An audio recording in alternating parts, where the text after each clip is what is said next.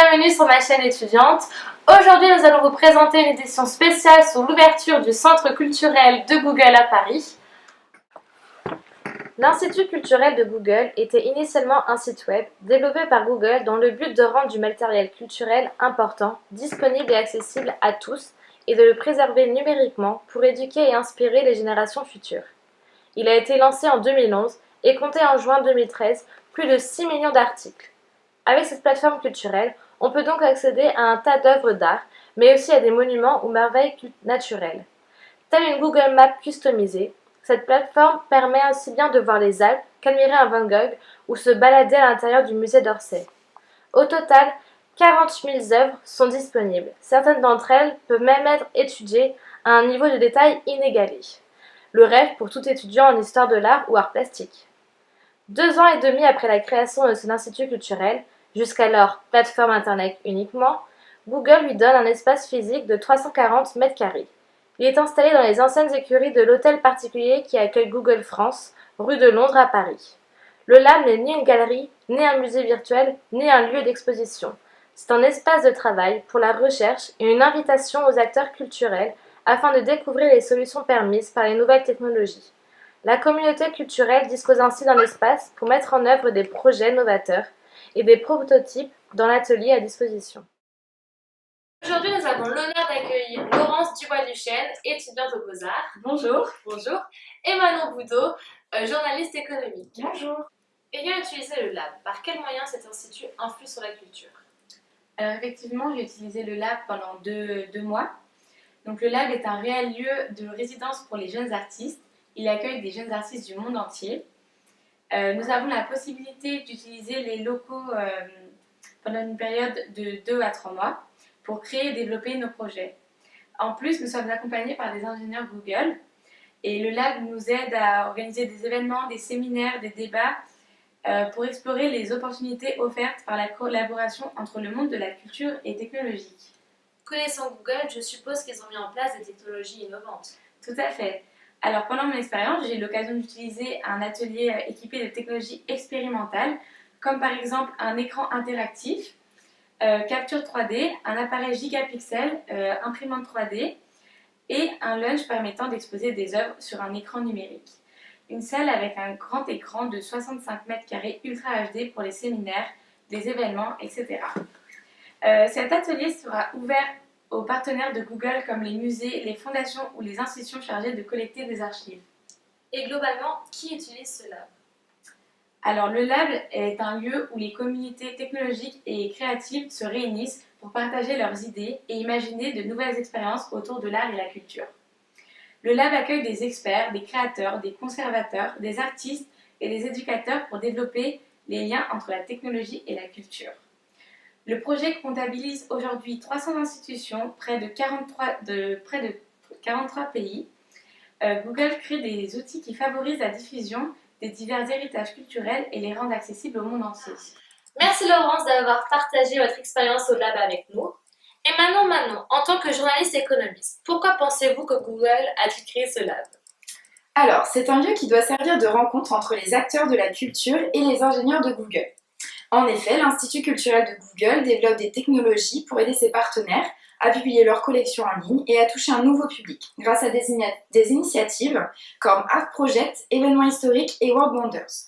De plus, le vice-président et chef évangéliste de Google depuis 2005, Vinton Cerf, a déclaré dans une interview au Monde « Notre espace physique à Paris est un moyen de rassurer les partenaires en leur montrant ce qu'on fait au quotidien. C'est donc un lieu d'échange et de débat, comme l'a rappelé Hamid Soud, le directeur de l'Institut, et se veut donc le symbole de l'engagement à long terme de Google en faveur de l'art. C'est aussi dans le but de promouvoir les cultures passées, présentes et futures. En effet, selon le directeur général de Google France, Jean-Marc Tassetto, la création de l'Institut culturel européen aura pour vocation de promouvoir les cultures passées, présentes et futures grâce aux technologies que nous développons et à Internet. Cet Institut culturel européen sera un élément clé de leur futur siège et ils souhaitent d'ailleurs pouvoir ouvrir au grand public un espace d'exposition pour promouvoir les plus belles initiatives en matière de numérisation, de promotion du patrimoine culturel.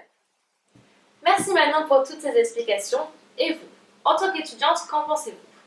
Alors moi je pense que Google a décidé de créer le lab tout d'abord pour promouvoir l'art moderne et contemporain. Donc pour créer la plateforme Google, la plateforme culturelle, Google s'est associé à près de 400 musées et institutions culturelles issus de 50 pays pour donner accès sur une plateforme en ligne à des œuvres d'art, des archives historiques et des monuments. Seules les œuvres d'art tombées dans le domaine public, c'est-à-dire 70 ans après la mort des artistes, sont concernées. Donc, en attirant les jeunes artistes en résidence, Google souhaite sans doute remédier à la pauvreté de la représentation sur sa plateforme de l'art moderne et contemporain. Ensuite, le deuxième enjeu est de favoriser les échanges. Le lab est un lieu de partage avec la communauté culturelle afin d'étudier l'usage des nouvelles technologies et de détecter les tendances de demain. Les ateliers technologiques, des séminaires et les artistes en résidence permettront de faire de ce lieu un véritable hub où les experts culturels et ingénieurs pourront partager leurs idées, mettre en œuvre des projets d'innovation et travailler sur de nouveaux prototypes. Enfin, le lab a pour vocation d'encourager la recherche et le développement au service de la culture. C'est un incubateur d'idées. Cet institut recherche à rassembler les communautés créatives, les startups culturelles, les professionnels de l'éducation, les experts et les artistes pour qu'ils imaginent ensemble des solutions. Merci Laurence pour votre avis. Comme nous le savons tous, Google est une firme multinationale omniprésente qui cherche à répandre son esprit par tous les moyens. Y aurait-il donc d'autres raisons à la création du lab ? Alors oui, selon certaines sources, les raisons officieuses de la création du lab sont nombreuses.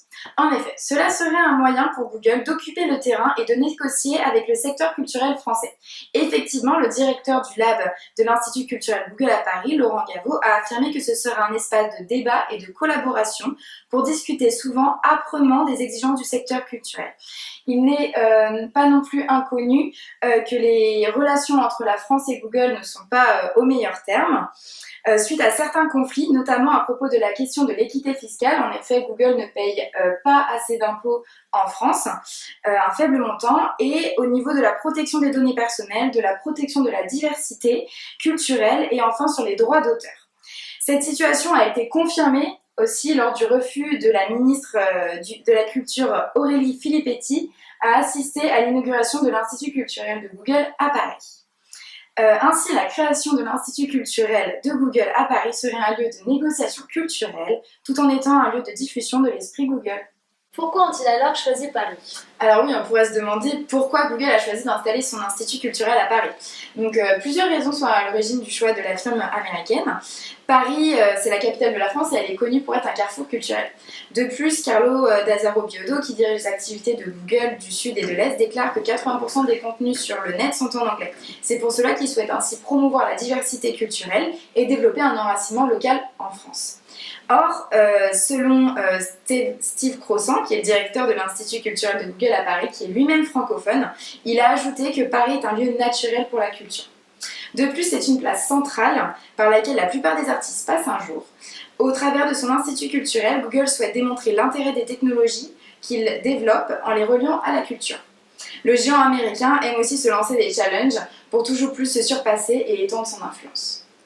Merci Manon de nous avoir éclairé sur leurs raisons de leurs installations à Paris. Aujourd'hui, 5 ans après sa création, le musée travaille avec pas moins de 1000 musées et instituts culturels à travers le monde pour proposer en quelques clics plus de 6 millions d'objets du patrimoine mondial. Le lab et la galerie virtuelle attirent et sensibilisent un nouveau public en richesse culturelle et redéfinissent ainsi les liens entre technologie et culture. En révolutionnant l'accès au patrimoine culturel de l'humanité, Google affiche ses valeurs philanthropiques, mais ce projet traduit tout de même leur volonté d'omniprésence sur la scène mondiale. En effet, Google veut faire rayonner ses technologies, sa puissance, mais également accroître sa sphère d'influence. Merci de nous avoir écoutés et à la semaine prochaine.